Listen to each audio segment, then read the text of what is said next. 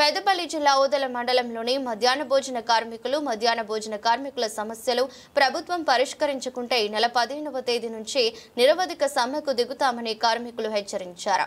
ఈ మేరకు ఓదెల మండల విద్యాధికారి కార్యాలయంలో వినతి పత్రం అందజేశారు. సందర్భంగా మాట్లాడుతూ గత 20 సంవత్సరాలుగా మధ్యాహ్న భోజన కార్మికులుగా పనిచేస్తున్న ప్రభుత్వం పట్టించుకోవడం లేదని తెలిపారు.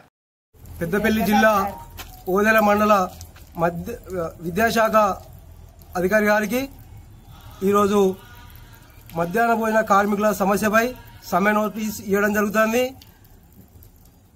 జిల్లా విద్యాశాఖ అధికారి గారికి కలెక్టర్ గారికి పోయిన నెల 31వ తేదీన సమ్మె నోటీస్ ఇచ్చినాం.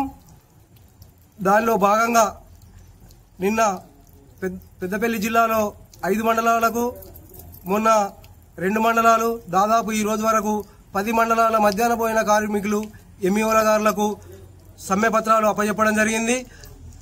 నవంబర్ 15 నుండి మధ్యాహ్న భోజన కార్మికుల సమస్యలు పెండింగ్ బిల్లులు 7 నెలల నుండి ఇప్పటి వరకు 9 తరగతుల పెండింగ్ బిల్లులు లేవు. అట్లాగే కోడిగుడ్ల పైసలు కూడా పాఠశాలలు ప్రారంభమైనప్పటి నుండి ఇప్పటి వరకు 7 నెలలు రావాలి. 4 నెలల జీతాలు ఇవ్వకుండా రేపు మాపు అని ప్రభుత్వం మధ్యాహ్న భోజన కార్మికులను విపరీతమైన ఇబ్బందులు పనిచేస్తుంది. మరి మొన్న పండగ సందర్భంగా కూడా ఇయని పరిస్థితి. అట్లాగే మేము ప్రభుత్వాన్ని అనేక మార్లు మధ్యాహ్న భోజన కార్మికుల సమస్యలు పరిష్కరించమని ఎన్ని ప్రభుత్వాలు వచ్చినా ఇప్పటి వరకు పట్టించుకున్న దాఖలు లేవు.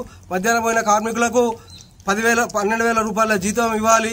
అలాగే నిత్యావసర వస్తువులు ఏవైతే ఉన్నాయో వాటిని ప్రభుత్వమే సరఫరా చేయాలంటున్నాం. మరి నిన్న మొన్న కలెక్టర్ గారు మధ్యాహ్న భోజన కార్మికులకు గ్యాస్ ఇవ్వడానికి మరి ముందస్తున్నట్టు తెలుస్తుంది. కానీ 4,000 రూపాయలు సిలిండర్లకు ఏదైతే ఉన్నదో డిపాజిట్ ప్రభుత్వం చేస్తుంది. మళ్ళీ రీఫిల్లింగ్ మధ్యాహ్న భోజన కార్మికులే చేసుకోవాలి. పొయ్యిలు మధ్యాహ్న భోజన కార్మికులే కొనుక్కోవాలి. అట్లాగే పైప్ ఏదైతే ఉందో అవన్నీ కొనుక్కోవాలని చెప్తారు.